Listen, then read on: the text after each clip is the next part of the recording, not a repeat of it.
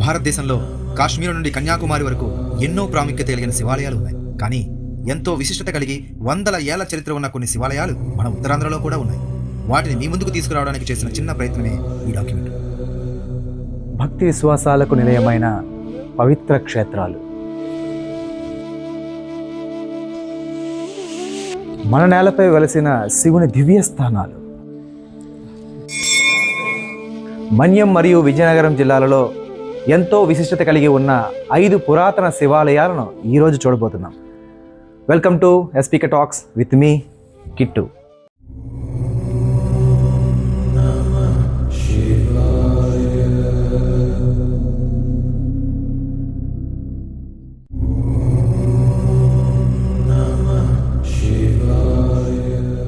శివుని నామస్మరణతో ప్రారంభమయ్యే ప్రతి అడుగు పవిత్రమే.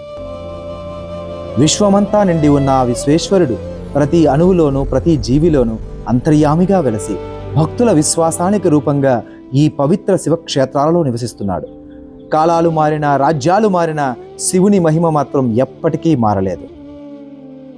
అలాంటి దివ్య చరిత్రను కలిగిన మన ప్రాంతంలోని పవిత్ర శివాలయాల యాత్రను ఇప్పుడు ప్రారంభిద్దాం. ముందుగా మనం చూడబోతుంది నారాయణపురంలో ఉన్న శ్రీ నీలకంఠేశ్వర స్వామి వారి దేవాలయం. బొబ్బిలి నుండి 27 కిలోమీటర్ల దూరం గల నారాయణపురంలో ఉన్న ఈ శివాలయం ఎంతో పురాతనమైనది. క్రీస్తు శకం 1010వ సంవత్సరంలో భూపాల కళింగ రాజైన జటావళ మదజంగ కాంబోజ రాజుచే నిర్మించబడింది. 36 అడుగుల ఎత్తైన ప్రాకారంతో ఎంతో శిల్పకళా నైపుణ్యంతో ఈ ఆలయ గోపురం నిర్మించబడింది.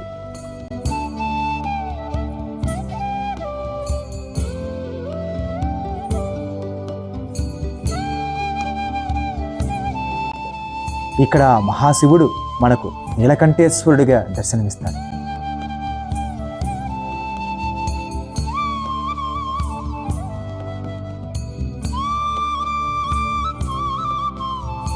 ఈ గుడి ఒక చాతుర్లింగ శివాలయం. నీలకంఠేశ్వరుడితో పాటుగా సంగమేశ్వరుడు, మల్లికార్జునుడు, నాగేశ్వరుడిగా భక్తులకు ఆ పరమేశ్వరుడు దర్శనమిస్తాడు. ఈ గుడికి ఉన్న ఇంకొక విశిష్టత ఏమిటంటే ఈ చాతుర్లింగాలలో 2 బ్రహ్మసూత్ర శివలింగాలు. పురాణాల ప్రకారం బ్రహ్మసూత్ర లింగాన్ని పూజించిన, ధ్యానించిన, అభిషేకించిన దాని వలన కలిగే ఫలితం మామూలు కంటే 100 రెట్లు అధికంగా ఉంటుంది. వీటితో పాటుగా ఇక్కడ ఉన్న మరొక ఆకర్షణ ఆలయ గోపురంపై అనేక దేవతామూర్తుల శిల్పాలు.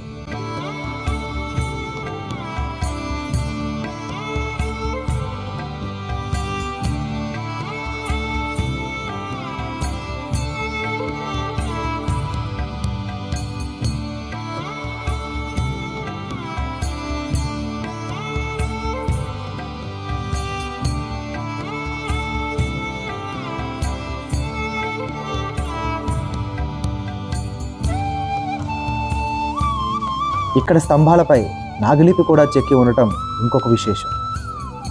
1000 సంవత్సరాల ప్రాచీనమైన ఈ ఆలయాన్ని తప్పనిసరిగా దర్శించాలి. ఇప్పుడు మనం చూడబోతోంది సాలూరులో ఉన్న శ్రీ బాలా త్రిపుర సుందరి సహిత పంచముఖేశ్వర స్వామివారి ఆలయం.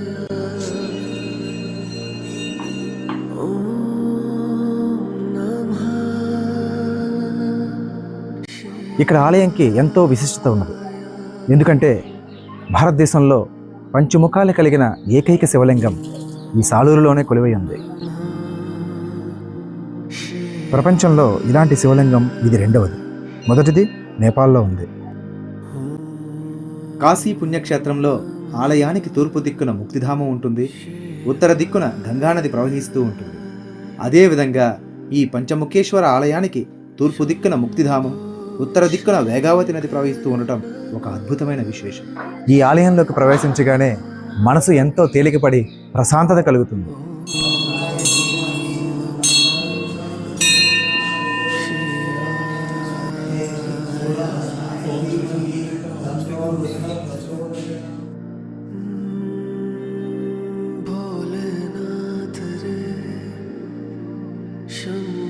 ఈ ఆలయం ఉన్న ప్రదేశం ఒకప్పుడు తపోభూమి.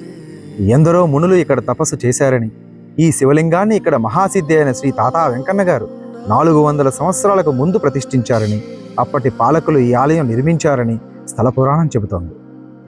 తత్పురుష, అఘోర, సత్యోజాత, వామదేవ, ఈశాన ముఖాలతో ఉన్న పరమేశ్వరుడు కోర మీసాలతో ఇక్కడ భక్తులకు దర్శనమివ్వడం విశేషం. విశాలమైన ప్రాంగణం కలిగి ఉన్న ఈ ఆలయంలో విఘ్నేశ్వరుడు, పార్వతీదేవి, కుమారస్వామితో పాటు లలితాదేవి, బాల త్రిపురా సుందరీదేవి కూడా కొలువై ఉన్నారు.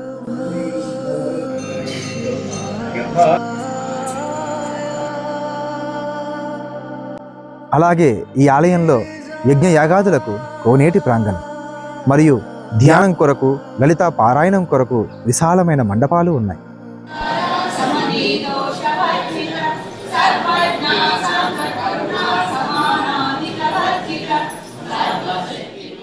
ఈ ఆలయానికి మరొక ముఖ్య విశేషం ఏమిటంటే, చుట్టూ పొలాలు ఉన్న ఆలయ పరిసరాలలోని భక్తులకు పాము కాటు వేయకుండా సద్గురు శ్రీ శైలేంద్ర స్వామి వారు వరాన్ని ప్రసాదించారు.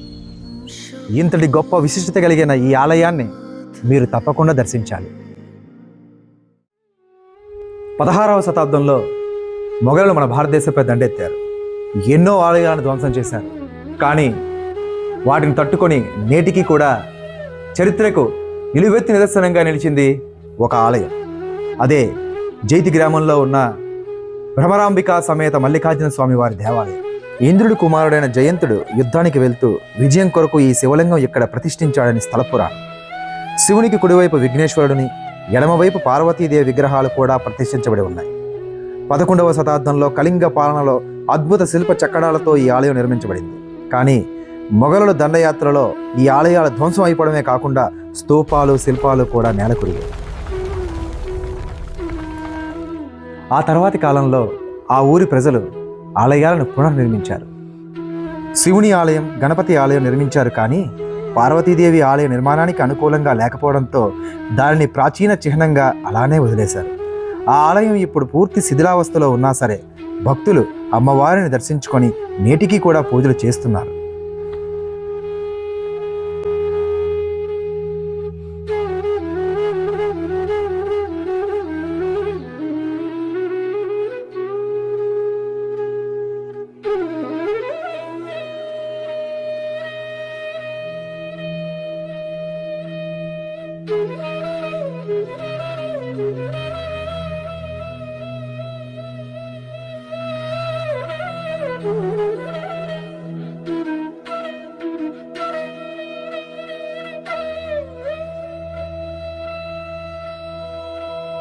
ఈ ఆలయానికి ఉన్న ఇంకొక ప్రాముఖ్యత ఏమిటంటే, ఇది అరుదైన బ్రహ్మసూత్రంతో పాటుగా యజ్ఞోపవేతాన్ని కలిగి ఉన్న శివలింగం.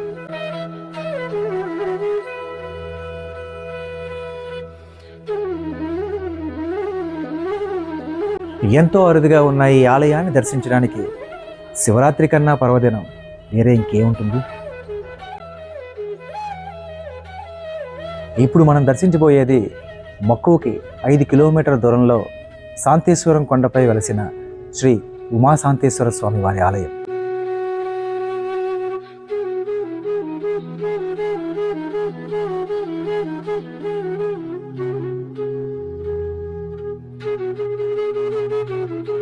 ఇది ఒక గుహాలయం.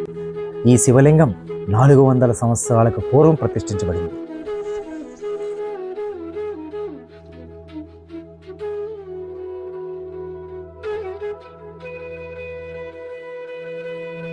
ఈ కొండపై ఉన్న ఆలయాన్ని చేరుకోవడానికి 150 మెట్లు ఎక్కాలి.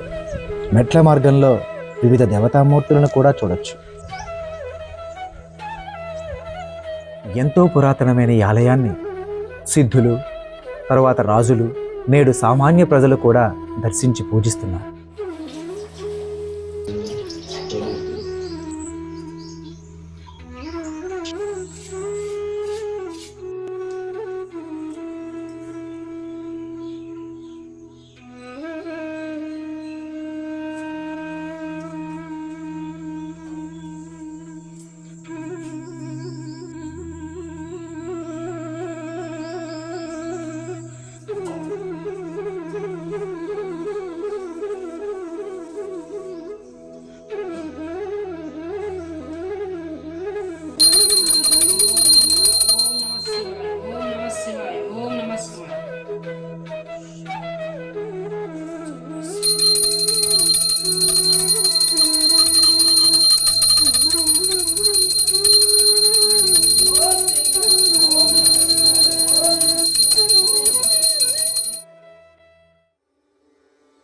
ఈరోజు మన పంచక్షేత్రాలలో ఆఖరి ఆలయం తారాపురం గ్రామంలో ఉన్న శ్రీ ఉమా ఉగ్రేశ్వర స్వామి వారి ఆలయం.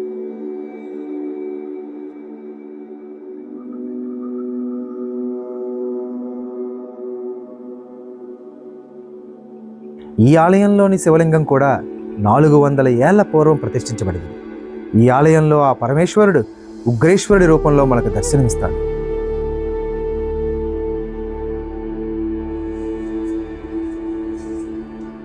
చుట్టూ పొలాల మధ్యలో పక్కనే ధ్యాన మందిరంతో ప్రశాంతమైన వాతావరణంలో ఈ ఆలయ ప్రాంగణం ఉంటుంది. ఈ తారాపురంలో వేయించేసి ఉన్నటువంటి ఉగ్రేశ్వర స్వామివారి ఆలయం. ఈ ఆలయం ప్రతిష్ఠ అయ్యి సుమారుగా 350 సంవత్సరాల పైన అయ్యింది. అలాగే అప్పటి నుంచి కూడా వంశపారపర్యంగా అర్చకత్వం చేస్తూ వస్తున్నాం. అలాగే మా తాతగారుతోని మా నాన్నగారితో 6 తరాలు అయిపోయింది కోవులు అర్చకత్వం చేస్తూ. మన అలాగే ప్రతి కార్తీక మాసంలో ప్రతి సంవత్సరం కూడా కార్తీక పుణ్యానికి దేవుడు తిరువీధి జ్వాలాతోరణం జరుగుతుంది. అలాగే మహాశివరాత్రి రోజున సాయంత్రం కాలంలో స్వామివారి తిరువీధి, లింగోద్భవ కాలంలో అభిషేకాలు, రుద్రాభిషేకాలు కూడా ఘనంగా జరగబడుతుంటాయి. ప్రతి సంవత్సరం అప్పటి నుంచి కూడా అలా నిత్యగా ఆనవాయితీగా వస్తున్న కార్యక్రమం చేస్తూనే ఉన్నాం. ఈ ఆలయం గొప్పగా అభివృద్ధి చెందకపోయినప్పటికీ ఎంతో విశిష్టత, మహిమ కలిగి ఉన్న ఆలయం. సాలూరు పంచముఖేశ్వరుడు, మక్కువ శాంతీశ్వరుడు, తారాపురం ఉగ్రేశ్వరుడు, ఈ 3 శివలింగాలను సిద్ధపురుషులైన శ్రీ తాత వెంకన్న గారు ఒకే సమయంలో ప్రతిష్ఠించడం ఒక గొప్ప విశేషం. శివుడు భక్తప్రియుడు, భోళా శంకరుడు. శివుడిని పంచామృతాలతో అభిషేకించినా కరుణిస్తాడు, మంచినీటితో అభిషేకించినా ఆశీర్వదిస్తాడు. ఆ పరమేశ్వరుణ్ణి అర్చిస్తే మాత్రమే సరిపోదు, ఆ శివతత్వాన్ని అర్థం చేసుకుంటే ఆయన నీ ప్రతి శ్వాసలోనూ, ప్రతి అడుగులోనూ, ప్రతి కార్యంలోనూ నీకు తోడై వస్తాడు, నీవే తానై ఉంటాడు. ఈ శివరాత్రికి ఎంతో విశిష్టత కలిగిన ఈ ఆలయాలను దర్శించి ఆ పరమేశ్వరుని ఆశీస్సులు పొందుతారని కోరుకుంటున్నాను. ఈ వీడియోని షేర్ చేసి తెలియని వాళ్ళకి ఈ ఆలయాల గురించి తెలిసేలా చేయండి. మరిన్ని మంచి వీడియోల కోసం మా వీడియోని లైక్ చేసి కామెంట్ చేయండి. అలాగే మా ఛానల్ని సబ్స్క్రైబ్ చేసుకోండి. This is Kittu with SPK Talks.